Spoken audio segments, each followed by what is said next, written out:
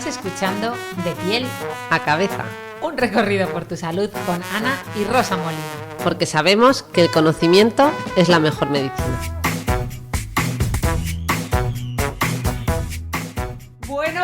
Bueno, aquí estamos otro viernes más.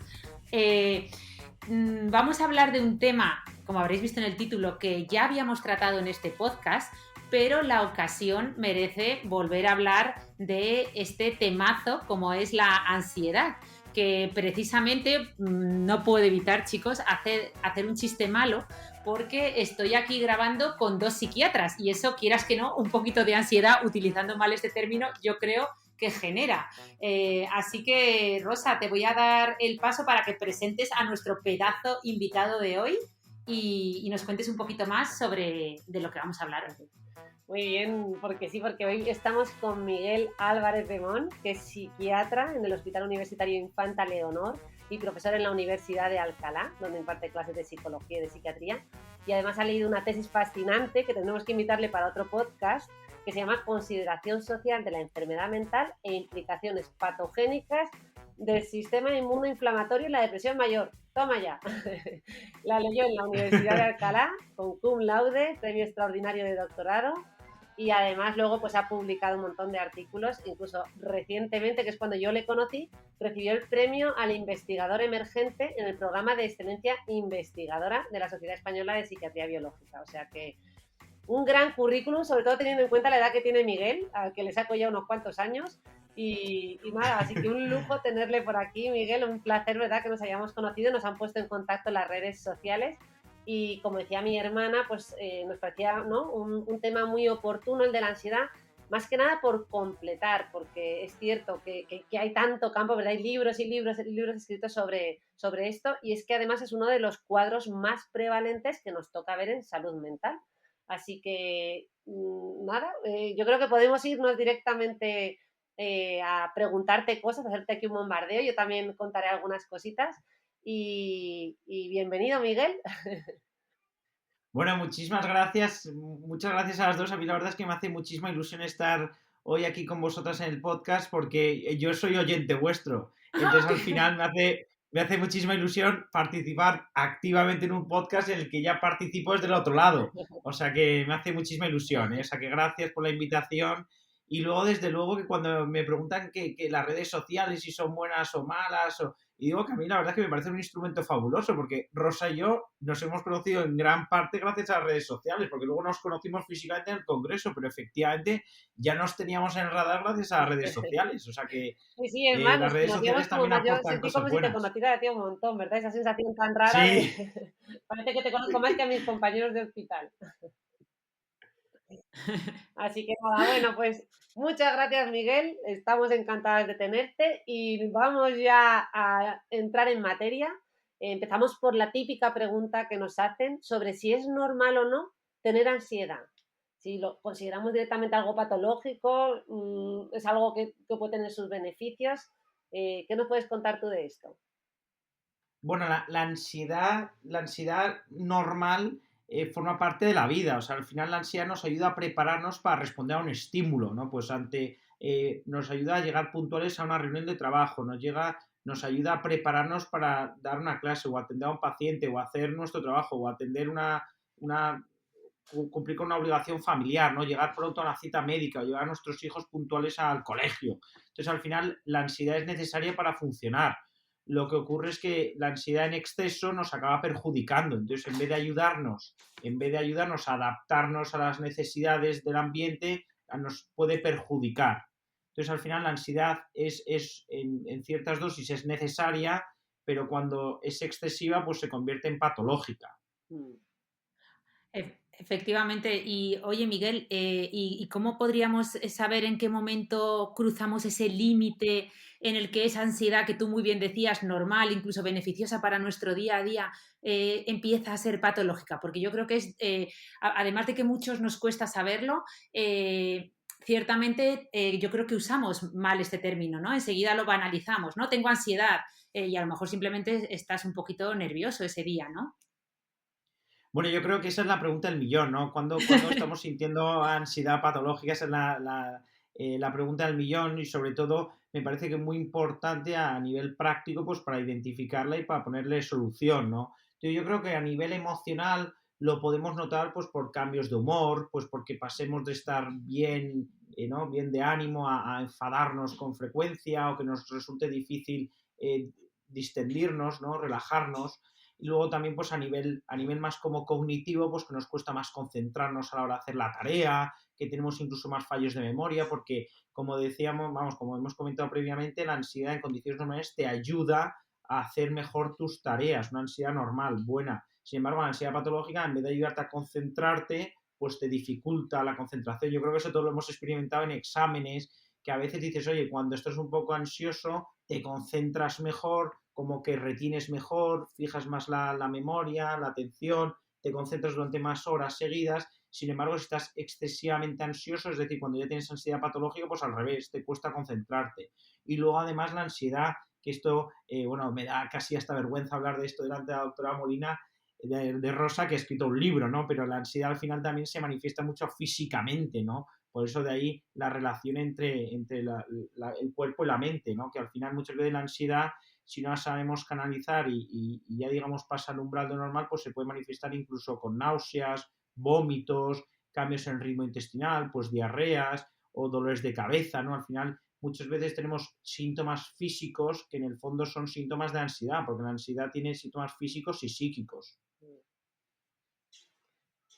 Totalmente. Y de hecho, Rosa, tú ya nos estuviste también hablando de este tema, ¿verdad? Nos estuviste hablando que yo creo que es el gran aprendizaje que me llevé en su día sobre este asunto de la diferencia del estrés con la ansiedad, que yo creo que puede estar bien que nos lo vuelvas a aterrizar rápidamente o nos lo vuelvas a contar para que nuestros escuchantes lo puedan recordar y entender mejor, ¿no? Todo lo que vayamos hablando a lo largo de hoy. Sí, sí, sí, efectivamente, porque, bueno, a veces utilizamos estos términos indistintamente, pero quizás si nos ponemos así a buscar esos pequeños matices, encontramos que en el estrés generalmente podemos identificar una causa, ¿no? Yo siempre pongo el ejemplo de la mudanza, ¿no? Puede ser también una boda o puede ser también un divorcio, ¿no? Pero al final es algo que identificamos y que generalmente se ciña ese periodo, durante ese periodo de mudanza estoy estresado y generalmente remite cuando ese factor estresante desaparece, ¿no? Con la ansiedad, sin embargo, no siempre somos capaces de identificar un factor estresante, o sea, no somos capaces de identificar algo que nos lo está provocando, es como más indefinida, se prolonga más en el tiempo, no tiene por qué remitir cuando remiten factores que puedan ser estresantes o que no identifiquemos nada, ¿no? Y además, generalmente, pues ya cuando hablamos de esa ansiedad patológica que ha comentado Miguel, pues posiblemente requiramos a lo mejor de una intervención o de algún tratamiento. Al final también el estrés sí que puede ser la antesala, ¿no? De un trastorno de ansiedad. O sea, no todos los cuadros de ansiedad han tenido factores de estrés. Hay gente que empieza con un cuadro de ansiedad y no es capaz de identificar ese factor de estrés, pero el estrés sí que nos puede, ¿verdad? Llevar a la ansiedad. Esto al final nos tocaría distinguir entre el estrés agudo y el estrés crónico, ¿no? Ese estrés mantenido en el tiempo que nos lleva a toda esa parte psíquica y también física que ha comentado Miguel, que sería ya parte de los trastornos de ansiedad. Oye, pues entonces aprovecho para preguntarle a Miguel un poco lo mismo que con la ansiedad, que cómo podemos sospechar que estamos estresados, ¿no? Y diferenciarlo con los nervios. Yo no puedo de aquí hacer diferenciaciones, pero un poco para ir estableciendo una serie de niveles, ¿no? En la mente de los que nos cuestan estos temas un poquito más, ¿no? No, pues es que me parece que es la pregunta del millón, ¿no? Entonces yo al menos no sé, Rosa, pero yo me suelo guiar en consulta por dos parámetros, ¿no? Uno la funcionalidad y otro el sufrimiento, ¿no?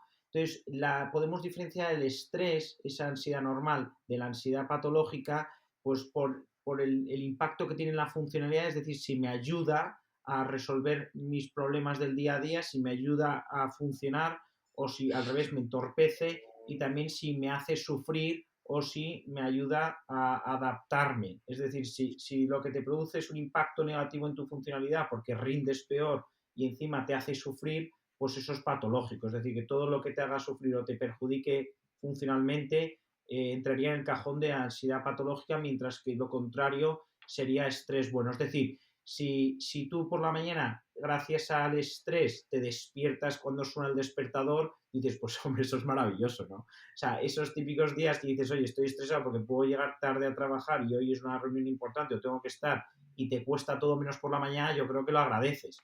Mientras que cuando tienes una ansiedad patológica, pues a lo mejor lo que puedes tener es un despertar precoz, es decir, que te despiertes una hora antes de que suene el despertador. Pues vamos, así como ejemplo, por poner.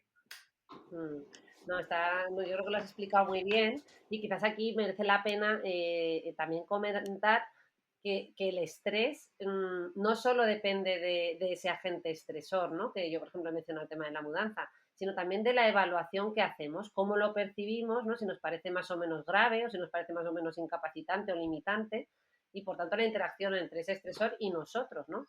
Y en ese nosotros siempre hay que mencionar pues las creencias personales, ¿no?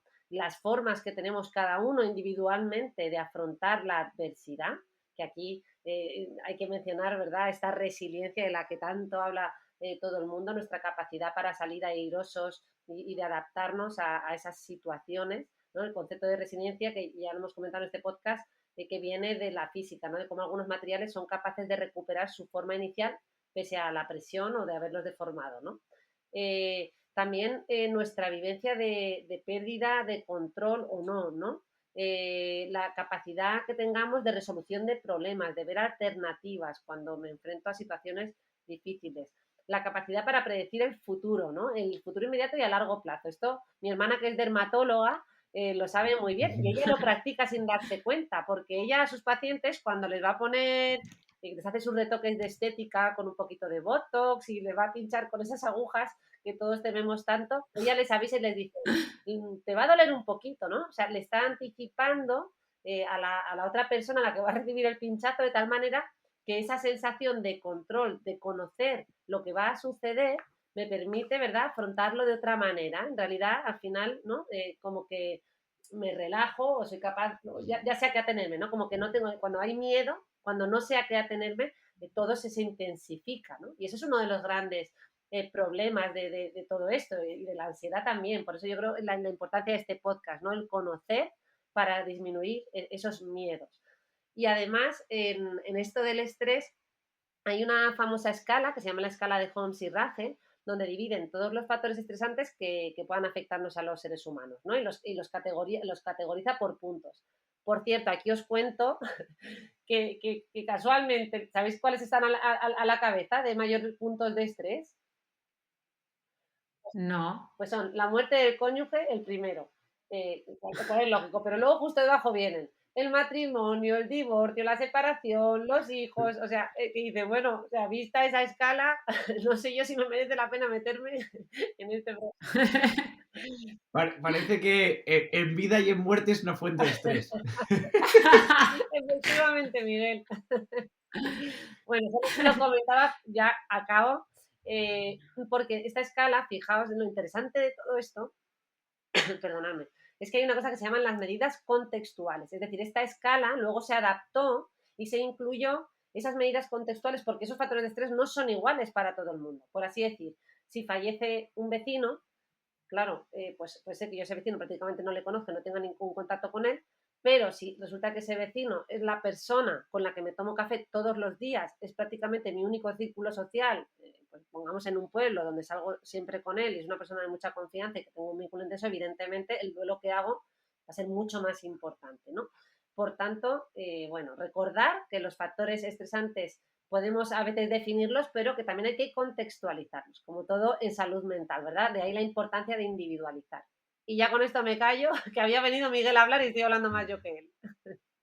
No, pero ahora pues... vamos, no, yo estoy totalmente de acuerdo porque me parece que has hecho una descripción muy buena y sobre todo, bueno, es que esto que has dicho del ejemplo que has puesto con tu hermana, yo creo que a todos nos pasa en la vida, ¿no? Que en la medida en la que las cosas nos pillan de imprevisto o tenemos la sensación de que no lo hemos podido predecir y que no tenemos manera de afrontarlo, yo creo que esas son las cosas que más nos afectan. Vamos, me ha encantado. Ya os digo, si es que soy oyente de vuestro podcast por algo. Sí, bueno, no nos eches tantas flores, que aquí el mega experto eres tú, es un honor tenerte aquí hoy con nosotros y efectivamente le voy a pedir a mi hermana que... No, es broma. Iba a decir que hablo un poco menos, pero es una gozada escucharos a los dos y efectivamente coincido totalmente con esa falta de control como sensación ¿no? Como estresor. Pero ya que tenemos aquí a Miguel, que además, pues eso, nos puede explicar perfectamente todo el tema de la ansiedad, yo sí que quería preguntarte, Miguel, por un poco los trastornos de ansiedad más frecuentes, ¿no? Porque yo creo que aquí todos, es decir, una cosa, entendemos la diferencia entre estar nervioso, estar estresado, a lo mejor tener ansiedad, pero es que luego vosotros tenéis, bueno, una clasificación muy amplia, ¿no? Que a veces os he escuchado sobre los diferentes trastornos de ansiedad, que a lo mejor no es lo mismo un trastorno de pánico, una fobia, un estrés postraumático, ¿no? Entonces yo creo que podemos ir hablando de ellos, ¿verdad? Si os parece. Perfecto, perfecto. No, porque efectivamente hasta ahora estamos hablando como en términos genéricos, entonces quizá pues los que nos están escuchando, los que nos vayan a escuchar, pues hasta aquí, pues bueno, es un todo muy general y quizá ahora a la hora que describamos como los trastornos más frecuentes es donde muchos puede que se sienten identificados, porque al final a modo genérico es muy habitual haber tenido ansiedad, sin embargo, mucha gente sufre lo que es un trastorno específico, ¿no? Entonces yo diría que el primero, el más frecuente es el trastorno de ansiedad generalizada, que al final el trastorno de ansiedad generalizada, como su propio nombre indica, es un estado persistente de ansiedad y principalmente de preocupación que se caracteriza sobre todo por ser excesiva e inespecífica. Antes, por ejemplo, Rosa comentaba el ejemplo de la mudanza, ¿no? Pues si tú tienes ansiedad secundaria a una mudanza, pues es normal, no es de esperar. Sin embargo, en el trastorno de ansiedad generalizada, esta ansiedad persistente aparece sin un estímulo específico. Es decir, no se limita a una circunstancia concreta que lo haya podido desencadenar. Y además también se caracteriza por una duración mayor a 6 meses. Es decir, si tú durante unas semanas estás con ansiedad generalizada sin saber por qué, bueno, creo que todavía puedes estar tranquilo, pero es cuando han pasado ya varios meses cuando quizá merezca la pena que pidas ayuda o que lo consultes pues con tu médico de atención primaria o con un amigo médico que tengas o con un psiquiatra, porque al final puedes tener un trastorno de ansiedad generalizada, ¿no? Que insisto que es cuando no hay un factor desencadenante y además los síntomas persisten después de que los posibles desencadenantes hayan pasado. Y una cosa que comentan mucho los pacientes, ¿verdad? Es esto de cosas que antes no me angustiaban, ahora es como que todo me angustia, todo me desborda. Cualquier cosita cotidiana, como ir al médico o ir a comprar, ya me pone acelerado, me noto tenso, ¿no? Esta es una sensación subjetiva Total, que es un patrón muy repetido que nos cuentan en consulta. Totalmente, ¿no? Porque es como que el vaso ya está a un porcentaje de muy lleno, ¿no? Es como que el vaso está ya muy lleno, entonces, pues claro, enseguida a pocas gotas que caigan ya se rebosa, ¿no? Y aparte está, el trastorno de ansiedad generalizada, hay síntomas físicos, pues de a lo mejor dificultad para respirar, o taquicardias de vez en cuando, o molestias digestivas inespecíficas, tensión muscular, dolores de cabeza, pero también hay síntomas psicológicos, ¿no? Pues preocupación, irritabilidad, angustia, etcétera, Ujú. ¿no? Y así el segundo así cuadro, el segundo trastorno de ansiedad que también se ve mucho y yo creo que Oye, ahora una pregunta muy rápida, antes de sí, pasar al sí. siguiente cuadro de ansiedad, para aquellos pacientes que obviamente no vamos a dar aquí soluciones y perdonad que os corte, pero ¿cómo sería el enfoque de estos pacientes con estos trastornos de ansiedad generalizada? Porque tiene que ser algo bastante llamativo, ¿no? De ver en consulta y supongo que habrá que actuar de forma un poco más aguda, ¿no? Y también a largo plazo, ¿no? ¿Cómo afrontáis el tratamiento de estos pacientes vosotros? Pues no, efectivamente, yo creo que no basta con describir, o sea, digo que obviamente si lo tienes en consulta, nuestra misión es aliviar, nuestra misión es quitar sufrimiento y es ayudar a que la vida de los pacientes mejore, por supuesto. Entonces, bueno, no sé qué dirá Rosa, pero vamos, yo creo que el tratamiento es bastante estándar porque como es bastante frecuente, yo creo que el tratamiento a mí me parece que está claro, ¿no? Que en principio es en función de la intensidad del cuadro clínico, pues y podemos poner ISRS, que son estos antidepresivos de la familia de los inhibidores selectivos de recaptación de serotonina, que son antidepresivos, pero en realidad se les podría llamar ansiolíticos a medio y largo plazo, porque son el tratamiento de fondo de la ansiedad, más menos psicoterapia, y luego a lo mejor se puede dar un alivio sintomático para los primeros días o las primeras semanas, alguna benzodiazepina, pues un Orfidal o un Lexatin, es decir, algo que alivie al menos inicialmente los síntomas, porque estos ISRS que son a lo mejor la sertralina, que puede sonar a mucha gente, o la fluoxetina, suelen tardar unas semanas en hacer efecto. Entonces, ¿no? Rosa, no sé qué opinarás tú. Totalmente de acuerdo. Además, esto me encanta que lo hayas mencionado porque, claro, las benzodiazepinas, los famosos, los que están clasificados como ansiolíticos, no son el tratamiento principal de estos cuadros. Como tú bien has dicho, el tratamiento principal son fármacos de la familia de los inhibidores selectivos de la recaptación de serotonina. Pero las benzodiazepinas, como bien has matizado, son el apoyo para el inicio, porque hay que entender que ese paciente, bueno, no siempre es necesario, pero si está pasándolo fatal, pues es una forma de aliviar de inmediato y luego la retiramos. Es decir, pasado el primer mes, esas benzodiazepinas se retiran. Esto es algo similar a lo que hacen los médicos con las infecciones, ¿verdad? Que ponen el antibiótico y el analgésico. Pues bien, ¿por qué nos ponen el analgésico? El analgésico no nos va a quitar la infección, pero nos va a aliviar porque lo estamos pasando fatal con ese dolor de muelas por culpa de una infección, Totalmente. ¿no? Y luego ya nos lo quitan, pero el tratamiento principal es el antibiótico. Entonces aquí lo mismo, ¿verdad? Ese ISRS como tratamiento principal, bueno, amén de la psicoterapia y del plan terapéutico que decidamos para ese paciente, como bien has dicho, es, ¿no?, psicofármacos con psicoterapia, pero que vamos a evaluar en función del momento en el que llegue el paciente, que eso también es importante, ¿no? No es siempre lo mismo. Claro, no, hombre, y ya luego por matizar, es que claro, en función de con qué extensión queréis que nos metamos, pues podemos matizar más o menos, pero obviamente también añadiríamos a esto medidas higiénico-dietéticas, como es hacer ejercicio físico en la medida de sus posibilidades. Quiero decir que eso puede ser desde andar a paso rápido o puede ser hacer footing o natación. Creo que al final el ejercicio físico es muy ansiolítico, es que desde luego que genera mucho bienestar. Por supuesto, pues cuidar las medidas de higiene del sueño básicas, digo, de intentar tener unos horarios de sueño fijos, dormir 7 u 8 horas, digo que obviamente todas estas medidas son complementarias, ¿no? Intentar evitar los tóxicos, eso a mí me preocupa, a mí personalmente, no sé qué dirá Rosa, pero a mí me preocupa mucho cuando alguien toma alcohol para aliviar los síntomas de ansiedad o de insomnio. ¿Por qué? Porque en ese caso el alcohol se está convirtiendo en un instrumento para regularse. Entonces el alcohol en ese sentido es en un false friends, ¿no?, que dirían en inglés, o sea, es un amigo falso, porque encubre, pero al final lo que te genera es un doble problema. Es decir, si alguien toma una cerveza cuando está bien, contento, un vaso de vino, una copa, perfecto, pero si yo me tomo esa copa de vino para aliviar los síntomas de ansiedad, me parece peligroso. Totalmente. Por eso creo que en los momentos de más ansiedad hay que evitar el Justo tabaco, ahí, porque al final si no... justo ahí, efectivamente. Además, yo siempre les pongo el ejemplo de la diabetes, ¿no? Yo digo, a ver, todos comemos dulces y está bien que comamos dulces, pero si tenemos diabetes, esa restricción del dulce va a ser muy exigente. Pues los pacientes que vienen por cuadros depresivos, por cuadros de ansiedad, pues ocurre lo mismo. Es decir, ahora sí que sí, no debes ni beber ni consumir cannabis para calmarte, porque lo que vas a conseguir es el efecto contrario y además, eso, ¿no? Encima nos juntamos con un doble problema. Así que, bueno. No puedo estar más de acuerdo y te voy a copiar el ejemplo, ¿eh? Oye, pues en este podcast, si algo yo he aprendido de Rosa, a base de repetición, es que el alcohol no es ansiolítico, sino ansiogénico. Es decir, que...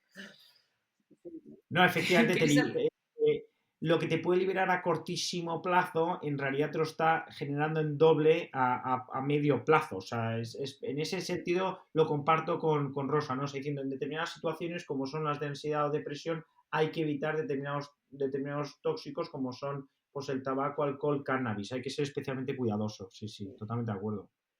Perfecto. Bueno, oye, pues si queréis que antes corte a Miguel, vamos con otro trastorno dentro de los trastornos de ansiedad más frecuentes, que ya hemos aprendido bastante del trastorno de ansiedad generalizada y no sé cuál nos queréis comentar ahora. Pues yo el segundo que quería mencionar es el trastorno obsesivo compulsivo, porque yo creo que este sí que es conocido a lo mejor desde fuera. Yo creo que el TOC, ¿no?, el trastorno obsesivo compulsivo, sí que a lo mejor la gente ha oído hablar más de él. Y al final es que es un trastorno frecuente, ¿no?, que tiene el 2,5% de la población aproximadamente. Y obviamente, según los estudios, este porcentaje puede variar. Y además suele aparecer en edades tempranas, ¿no?, en la juventud, en la década de los 20, en ocasiones un poco antes.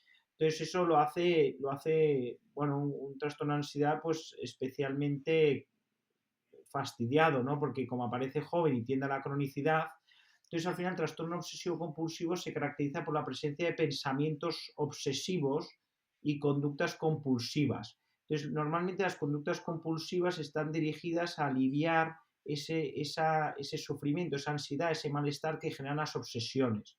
Entonces las compulsiones a veces son observables porque son físicas, pero a veces son rituales mentales.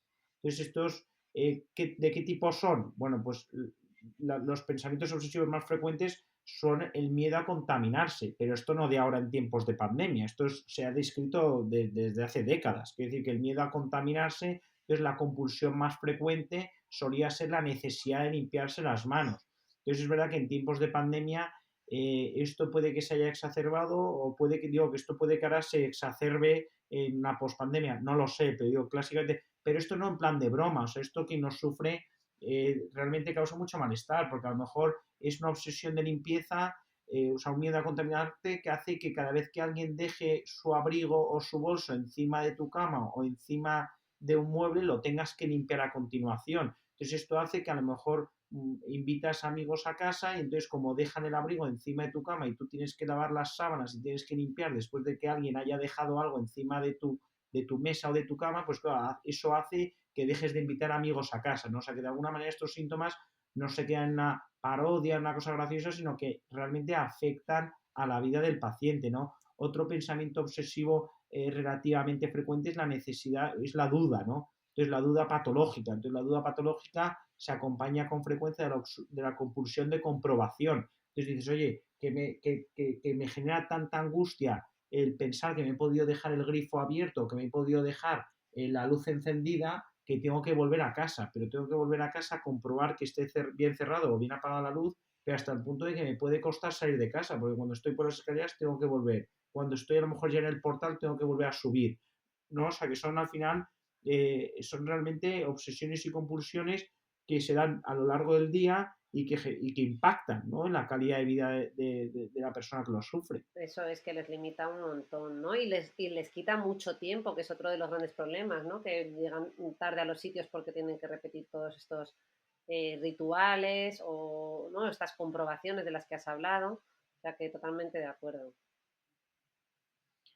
No, efectivamente, o sea, les puede hacer llegar tarde, pero aparte de consumir tiempo, es que también consume energías y al final es que vivir constantemente con una obsesión, pues bueno, pues claro, es que es muy limitante.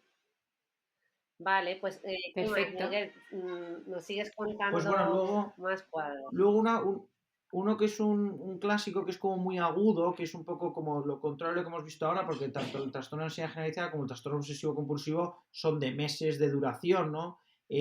Vamos, el TOC tiende más a la cronicidad, ¿no? Pero bueno, la otra cara de la moneda es lo agudo, ¿no? Que es el trastorno de pánico, ¿no? Que el trastorno de pánico no deja de ser crisis de ansiedad de repetición, pero crisis de ansiedad muy fuertes, ¿no? Una crisis de pánico se caracteriza por un episodio súbito, es decir, repentino, de miedo e intenso malestar, ¿no?, en ausencia de un peligro real. Y además se acompaña de muchos síntomas físicos, se acompaña de taquicardia, sudoración, también respiración muy rápida y también sensación como de muerte inminente. O sea, quien sufre una crisis de ansiedad, que suelen durar 15-20 minutos, sufre mucho. O sea, las crisis de ansiedad es que aparecen de repente y sobre todo lo patológico es que aparecen sin un desencadenante, ¿no?, sin un peligro real, ¿no? Porque si te da una crisis de ansiedad ante un león en la jungla, pues eso se podría considerar normal. Pero el tema es que la crisis de ansiedad es como que reaccionas como si tuvieses un cocodrilo que te va a comer, pero sin que exista este peligro, ¿no? Entonces, ¿qué pasa? Que si esto te presenta estando en autobús o yendo en el metro o en clase o en tu puesto de trabajo, pues realmente es que es muy desagradable. Y luego al final el tratamiento de las crisis de ansiedad, ahí yo sí que creo que el tratamiento agudo, desde luego que es una benzodiazepina, si es posible una de las que hace efecto rápido, tipo alprazolam, pero también puede ayudar las respiraciones profundas o respirar en una bolsa cerrada, pero al final una crisis de ansiedad, si es una crisis de ansiedad franca, es que va a ser tan intensa, va a generar tanto sufrimiento a una persona que lo sufre, que yo creo que lo mejor es dar un alprazolam, ¿no?, independientemente de que puedas respirar en una bolsa o tomar o intentar hacer respiraciones profundas. Oye, a mí lo que me está generando ansiedad, y perdonad que rompa el ritmo del podcast, es que mis hijos no paran de gritar de fondo. Estoy por llamarles e invitarles aquí a hablar, porque... Uy, qué mal has usado la palabra ansiedad. Una psiquiatra usando mal el término. ¿Te está provocando nervios o estrés? Pero no ansiedad. Muy bien, muy efectivamente, Efectivamente. Menos mal que está aquí Ana porque porque aunque sea dermatóloga nos acaba de dar una lección. Totalmente. ¿Qué va? Y nos va poniendo aquí firmes. No, porque mi hermana me corrige siempre cuando digo lo de, es que nunca pensé que yo misma, claro, gracias a todo lo que aprendo de vosotros, pues ahora ya nunca digo lo de estoy depre o cosas, esas frases tan hechas que son un mal uso del lenguaje de algo tan importante como la salud mental, que yo creo que todos nos estamos concienciando gracias a la labor excelente que hacéis divulgadores como vosotros. Pero dos. luego metemos Así la que nada. Yo sí puedo preguntaros una duda muy rápida, es que no sé si tengo la extraña sensación de que a lo mejor se ha banalizado un poco, a veces incluso en los realities, ¿no? Y en la televisión con lo de la crisis de ansiedad, ¿no? Y veo que muchas veces, pues eso, catalogamos cualquier situación de nervios puntuales como una crisis de ansiedad. No sé si tenéis esa sensación también vosotros. Totalmente de acuerdo, porque o sea, la crisis de ansiedad se acompaña de, tampoco creo ser muy técnico, pero de un cortejo vegetativo, es decir, se acompaña de muchos síntomas físicos muy intensos que son la taquicardia, o sea, la frecuencia cardíaca se te dispara, la frecuencia respiratoria, la sudoración, o sea que al final todo este cortejo, que es fruto de la descarga de adrenalina que se produce, no se da en unos nervios puntuales, o sea, se da en una crisis de ansiedad franca, en una crisis de pánico. Totalmente. Claro. Oye, y matizar también, es que estaba pensando yo, con la corrección de mi hermana, digo, por si escucha a algún compañero, ¿verdad? El tema de las crisis de ansiedad, ahora se pueden diagnosticar, o sea, tú puedes tener un trastorno de pánico, ¿no? Que sería esa repetición de crisis de ansiedad, o que tengas de manera aislada esas crisis de ansiedad, ¿no? Y que pueden ser un especificador de otros cuadros. Y también mencionar que el trastorno obsesivo compulsivo, que por excelencia, ¿verdad?, se ha clasificado siempre dentro de los trastornos de ansiedad, con la nueva clasificación que utilizamos en salud mental, que es el DSM, bueno, el último que salió, que es el DSM-5, que salió en 2013, le da una categoría aparte, ¿no? Le llama trastorno del espectro obsesivo compulsivo, ¿no? Pese a que vemos que de fondo esa ansiedad es uno de los síntomas nucleares, podríamos decir, de estos cuadros. Pero bueno, si queréis seguimos avanzando. No, totalmente, estas puntualizaciones totalmente, o sea, yo no sabía que traéis en tanto tecnicismo, perfectamente, yo estoy en clase, que esta clase la doy, sí que lo comento, obviamente, pero digo, madre mía, sí que tenéis acostumbrados a vuestros oyentes a un nivel muy alto, no, esta ha sido la culpa de haber metido la pata en la ansiedad, no te preocupes. No sé en qué momento se me ha ocurrido. De hecho, bueno, te vamos a dejar hablar porque además teníamos un apartado de hábitos de vida que yo quiero que lleguemos, que veo que no llegamos. No, pues yo también, yo quiero llegar a los hábitos. No, pues entonces, nada, simplemente completo con 3 o 4 que ya son más breves. Bueno, las no, fobias, tranquilo. porque...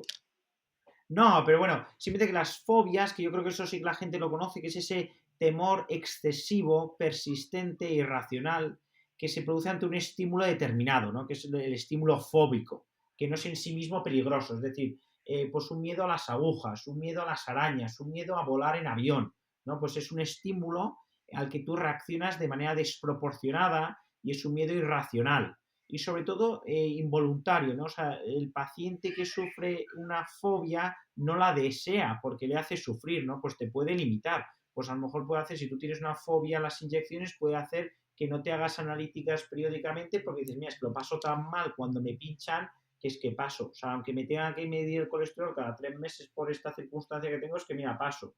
Pues entonces, pues es que al final es verdad que en condiciones normales puede que no interfiera mucho en tu vida, pero sí que puede hacer que te limite, ¿no? O si tú tienes miedo a volar, pues puede que un viaje de placer, como puede ser una escapada de fin de semana, en vez de vivirla oye, como algo que estás deseando que llegue y tal, oye, me voy 2 días a París o me voy a Londres o lo que sea, pues dices, oye, qué miedo, o sea, cada vez que piensas en ese fin de semana, como no puedes parar de pensar en el miedo irracional que te da volar, pues al final te acaba chafando el fin de semana y sobre todo te acaba chafando las semanas de antes. Entonces realmente las fobias, una fobia real, realmente sí que es limitante y bueno, pues sí que produce mucho sufrimiento, ¿no? Y al final las fobias más frecuentes son las fobias específicas o simples, es decir, cuando tienes fobia a una cosa en concreto, ¿no? Pues como hemos, por repetir el ejemplo, pues a las inyecciones, a volar en avión, etcétera. Luego hay otros tipos de fobias, como son las fobias sociales, donde hay pues un miedo exagerado a todas las situaciones en las que una persona se siente especialmente observada o vulnerable, ¿no? Pues al final una exposición en público o a veces incluso hablar en público o comer delante de gente. Pero bueno, al final lo más frecuente son las fobias específicas, una fobia concreta a un estímulo concreto. Vale. Perfecto. Y luego, a mí me parece ya para cerrar como dos trastornos muy frecuentes. Digo muy frecuentes porque yo creo que ahí muchos se van a sentir identificados y puede que sea de utilidad repasar lo que son la somatización y la hipocondría, ¿no? La somatización, ¿qué es? Bueno, pues al final la somatización son los síntomas físicos de la ansiedad, pero son síntomas físicos que suelen ser vagos y suelen ser cambiantes, ¿no? Pues un dolor de cabeza que va y viene, o un dolor de cabeza que a lo mejor luego si analizas muy determinado, pues tiene un patrón concreto, ¿no? Oye, pues que aparece más intensamente los lunes o ante estas circunstancias, pero en principio son síntomas físicos vagos y cambiantes, síntomas físicos muy variados, desde molestias digestivas, dolores musculares, hormigueos, dolor de cabeza, cambios en el ritmo intestinal. Entonces, normalmente en la somatización el paciente suele negar o al menos parcialmente el origen psicológico de los síntomas. Es decir, es que al final las emociones se expresan de una manera u otra, ¿no? Entonces, si tú estás muy nervioso, tú estás muy preocupado por algo, tú estás un poco, de alguna manera, afectado por una situación, pues a lo mejor no te das cuenta, pero como te está afectando, si no eres capaz de identificarla, tienes muchas papeletas de que se exprese físicamente, ¿no? Entonces, esa es la somatización. Yo creo que es la expresión física de nuestro malestar. Entonces ahí merece la pena trabajarlo porque al final cuanto más capaces seamos de identificar nuestros malestares, más podremos lidiar con ellos y menos se expresarán físicamente. Yo creo que al final identificar un malestar, solo el hecho de identificarlo ya produce bastante alivio. Echa de menos a mi hermana Ana haciendo intrapromo para decir que teníamos un podcast dedicado a las somatizaciones. Ah, toma ya. Es que porque como estamos grabando online... Digo, lo voy a decir yo. Claro, es que al grabar online no os quiero pisar, que claro, nuestros escuchantes no saben que estamos aquí grabando a través de internet y no nos estamos viendo para mejorar un poco el audio, la calidad del audio, por si acaso la imagen interfiriese en el audio, entonces no quiero molestar. Pero nada, os doy paso. Rosa, sigue tú que No, sigue. Que no os quiero... Iba a comentar en la hipocondría y le he cortado yo. Miguel, acabamos con la hipocondría. Sí, no, la hipocondría, pero bueno, antes de meter en la hipocondría, ya aprovecho para comentar que efectivamente aquí las doctoras Ana y Rosa Molina me llevan al límite, porque me dicen de grabar un podcast, pero no las veo, entonces yo tampoco tengo claro cuándo es mi turno de palabra. Pero bueno, esto, antes que decían, no quiero banalizar, pero a mí esto sí que cuando me han dicho que no lo veía la cara, eso sí que me ha generado ansiedad. Bueno, claro. Te hemos mandado el guión un minuto antes de conectarnos, te hemos dicho que íbamos a grabar en 30 minutos, vamos por 37 y te hemos estado entrecortando como 1000 veces, y esto es que es una prueba de estrés al doctor Álvarez de Mont. Luego haremos el y eso por no añadir los cambios a última hora de hora, que eso ha hecho que tenga que improvisar más de lo deseado. Pero bueno, todo esto efectivamente es una prueba de fuego y prueba de que yo quería estar aquí porque me han puesto dificultades para... Yo creo que es para ver si que caía del plan. Prueba de que sí, anda, al revés. Al revés, no, que podemos tener estrés postraumático ahora por nuestra culpa, la que le hemos liado. O sea, con lo que te admiramos y lo agradecidas que estamos de tenerte hoy aquí, vamos. No, pero fuera de broma, ya vamos a hacer así con el último, yo creo que es frecuente, que pues también creo que merece la pena comentar, que es la hipocondría, ¿no? Que la hipocondría, sobre todo yo creo que en estos tiempos de pandemia ha crecido, es la preocupación excesiva y persistente de tener una enfermedad grave, ¿no? Entonces la hipocondría aparece con mucha frecuencia cuando alguien de nuestro entorno cercano tiene una enfermedad grave física, ¿no? O mental, ¿no? Al final, si a alguien que tú quieres le diagnostican de cáncer, imagínate, de estómago o de colon, yo qué sé, pues es normal que ante un dolor no es normal, pero digo que puede pasarte que ante un dolor de estómago o ante un cambio en el ritmo intestinal o ante unas diarreas digas, ¿puede ser esto un cáncer de colon? ¿Puede ser esto un cáncer de estómago? Pues al final si has vivido o has tenido la enfermedad grave muy de cerca, es normal que te sensibilices, pero en ciertas ocasiones no es que sea una sensibilización normal, sino que puede ser una preocupación excesiva que te lleve a alarmarte demasiado y agobiarte ante la posibilidad de tener esta enfermedad, ante cualquier síntoma que menor o incluso un síntoma normal, ¿no? Entonces, la hipocondría, ya os digo que esto yo creo que de alguna manera todos lo hemos tenido cerca con el COVID, ¿no? Se nota mucho que cuando aquellas personas, por lo menos es mi impresión, ¿no? Que aquellas personas que han tenido familiares afectados por COVID, de alguna manera han estado más hipocondríacos, ¿no? De alguna manera han estado más preocupados por la posibilidad de infectarse, ¿no? Bueno, pues la hipocondría es un cuadro clásico, quiero decir que no ha aparecido con el COVID ni mucho menos, pero que quizá con el COVID lo hayamos visto más de cerca. Hay como una amplificación, ¿verdad? A cualquier síntoma o sensación corporal que puedan notar, que automáticamente le incorporan a ese miedo de poder tener una enfermedad. Bueno, Miguel, pues yo creo que para acabar nos quedaba este apartado de hábitos. Nos has contado y hemos repasado contigo muy bien, yo creo, todos estos trastornos. Como veis, en realidad, imagino que Miguel tiene la misma sensación que yo. Podríamos haber hablado solo de hipocondría y dedicarle un podcast de 1 hora y media y no acabar, pero el tiempo es limitado, así que vamos a introducir el tema de los hábitos y aquí diría lo mismo, lo introducimos y casi, ya que tú has escrito tanto sobre este tema, pues le podemos dedicar otro podcast más adelante. ¿Te parece? Bueno, encantada de volver a tener a Miguel, pero hombre, dadnos algunos tips y alguna idea chula sobre hábitos para hacer que así nuestros escuchantes lo escuchen, valga la redundancia, que lo van a escuchar seguro, pero bueno, para ponerles un poco la miel en la boca. Venga, Miguel, y con esto cerramos. Bueno, pues te damos la palabra. Pues yo no puedo hablar de mi libro, pero voy a hablar de mi columna en Telva, ¿no? Ya que estoy. Eso.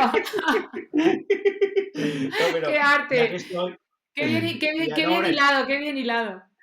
Claro, no digo, hombre, ya que estoy, ya que me dais la oportunidad, digo, pues la voy a meter aquí con calzador. No, pero fuera de bromas, es que justo hace poco escribí una columna que era, bueno, pues mi top 5 de hábitos mentalmente saludables, ¿no? Que en este caso, o sea, fuera de broma, me parece que sí que viene al caso, porque al final hay ciertos hábitos que nos pueden ayudar mucho a combatir la ansiedad. Si es que al final yo escribí esa columna porque la ansiedad vamos, esto lo puede corroborar Rosa, ¿no? Que es que la ansiedad no la encontramos en consulta con muchísima frecuencia, ¿no? Entonces yo destacaba que lo primero me parece que es el autoconocimiento, ¿no? O sea, volvernos más conscientes emocionalmente. Porque al final, si nosotros somos capaces, un poco lo que decía antes, ¿no? Si nosotros somos capaces de conocer nuestro estado emocional, de identificar los estresores que tenemos en la vida o los focos de conflicto, vamos a ser capaces de entender mejor nuestros sentimientos, nuestros pensamientos, nuestras reacciones ante las circunstancias de la vida, ¿no? Es decir, si yo estoy muy agobiado, yo estoy muy preocupado por un problema que tengo en el trabajo, pues ese conflicto laboral hará muy probable que a lo mejor yo luego en casa responda peor, ¿no? Entonces no es que tenga un conflicto en casa, es que, bueno, pues que estoy pasando una racha peor a nivel laboral. Entonces yo creo que eso ya puede relajar tensiones a nivel familiar, ¿no? El saber que diciendo, oye, no es que tengamos un problema, no es que estemos discutiendo, no es que estemos mal, simplemente que, bueno, pues que no, pues que tú en concreto, pues bueno, estás pasando ahora un momento peor a nivel laboral, entonces de alguna manera esto salpica o se manifiesta en el entorno familiar, ¿no? Lo segundo que me parece importante es practicar una buena higiene del sueño, porque al final es que el sueño, o sea, no se puede vivir sin dormir. Es un poco lo que comentábamos en algún momento determinado, ¿no? Que al final, igual que alguien cuando tiene mucha ansiedad, hay que tratarlo, hay que aliviar ese sufrimiento porque impacta mucho en el funcionamiento. Es que al final, bueno, los que hacemos guardias o los que tenemos hijos pequeños sabemos que las noches que dormimos peor o los jóvenes que salen de fiesta, vamos, digo que cuando estás al día siguiente de resaca y encima has dormido poco, pues digo que es que afrontas el día peor, ¿no? Pues tú imagínate si en condiciones normales duermes mal, bueno, pues es que luego normal que todo te afecte más, normal que estés más irritable. Luego yo creo que de alguna manera tenemos que fijarnos ciertos momentos a la semana pues para hacer actividades relajantes, no hacer deporte o hacer baile o hacer un deporte en equipo, o sea, hay cosas que sean ansiolíticas, ¿no? Porque al final, si somos capaces de tener ciertas rutinas que nos ayuden a estar relajados, pues de alguna manera nos protege frente a desarrollar un cuadro ansioso. Y luego, pues yo creo que también siempre es bueno tener familiares o amigos con los que nos podamos mostrar vulnerables, ¿no? Porque no es que haya que mostrarse vulnerable todo el rato, mucho menos. Pero yo creo que un poco como lo que decía Rosa antes, ¿no? Si tenemos el vaso muy lleno, pues cualquier cosa nos va a desbordar. Entonces yo creo que si podemos desahogarnos, porque todos tenemos que desahogarnos de vez en cuando, pues eso hará que no explotemos un día, sino que de alguna manera hayamos desfogado esa preocupación poco a poco, ¿no? Y ya para cerrar, yo creo que decir que el autoconocimiento de verdad que me parece muy importante porque, como hemos comentado antes con la somatización, o sea, las emociones, si no aprendemos a identificarlas y expresarlas, encontrarán su manera de expresarse, pero se expresarán a modo de somatizaciones, se expresarán de una manera mucho más molesta. Entonces yo aquí a veces lo que recomiendo en consulta pues es pues escribir, o sea, no hace falta escribir todos los días un diario en plan como una obligación, pero yo mismo me lo hago, que a veces cuando algo me preocupa, cuando me noto más, pues más nervioso, más, bueno, que me empieza a notar ansioso, no estrés bueno, sino me empieza a notar un poquito ansioso, que noto que me afecta, me perjudica, pues muchas veces simplemente el hecho de escribirlo, el hecho de poner palabras a mis preocupaciones, poner palabras a mi estado emocional, pues eso para mí ya es muy ansiolítico en sí mismo. A mí, y sobre todo también me ayuda a veces a distanciarme de los problemas, ¿no? Yo creo que el mero hecho de ponerlos por escrito, de verlos como sobre un papel, a mí personalmente me relaja, o hablarlos con alguien de confianza, ¿eh? Totalmente. Okay. Oye, me ha encantado el hecho de que lo que nos ha contado Miguel sea una recopilación de unos top 5, porque además son muy selectos y los comparto. O sea que muchas gracias. Bueno, No, está clarísimo, o sea, yo creo que ha quedado clarísimo que esto hay que repetir con Miguel, o sea, da gusto escucharlo hablar, cómo se expresa, cómo transmite los conceptos, desde luego eres absolutamente ansiolítico, Miguel. A mí, yo he empezado con un poco de ansiedad por eso de grabar un podcast con 2 psiquiatras y me voy relajadísima y con un montón de ganas de seguir aprendiendo sobre hábitos en un nuevo episodio, o sea, que esto hay que cerrarlo ya, Rosa. Dile algo para engancharle, Camélalo ahora que aún está online, o sea, en directo y bueno, le puede dar más vergüenza rechazarnos públicamente. Nada. Yo veo que el cierre lo estamos haciendo por la puerta alta, además, volviendo a utilizar más el término ansiedad. Pero venga, que con esto nos despedimos. A Miguel, por supuesto, lo vamos a enganchar. No tengo que convencerle, no tengo duda de que lo vamos a meter en el lío. Sí, porque además no hemos grabado ningún episodio de hábitos aún y es un temazo y encima Miguel da gusto cómo lo cuenta. Venga, pues nos despedimos ya. Muchísimas gracias, Miguel. Bueno, muchísimas gracias. De verdad que me ha hecho muchísima ilusión participar y ahora... pues nada, súper abierto de seguir colaborando y de volver a grabar o de volver a hacer cualquier cosa con vosotras, que ya os digo que yo era uno de vuestros followers y de vuestros seguidores y oyentes del podcast. Que hablando de followers y seguidores, podéis seguir a Miguel en redes sociales, que tiene una cuenta súper interesante. Y no sé si quieres añadir algo más de dónde podemos encontrarte, además de en el hospital, en tu consulta, en la universidad, que Miguel es profesor. No sé si quieres añadir algo más que se me pueda estar olvidando. Su cuenta, ya sabéis, por lo menos en Instagram, es su nombre completo, Miguel Álvarez de Mon, todo junto. Y no sé si quieres tú añadir algo, Miguel. Nada, no, bueno, simplemente que efectivamente las redes sociales, yo también en LinkedIn también tengo una cuenta que está también el nombre, digo que para eso no he sido muy creativo, Miguel Álvarez de Mon. Pero digo que las redes sociales nos permiten una manera también de estar en contacto. Digo que al final también quien quiera, por supuesto, que me escriba y encantado de poder resolver una duda o de poder estar a su disposición. Qué bien, Jo. Bueno, pues nada, yo ya corto, nos despedimos. Muchísimas gracias a todos por escucharnos y nos escuchamos el próximo viernes. Un abrazo, Miguel, gracias. Adiós, hablamos. Hasta luego. Adiós.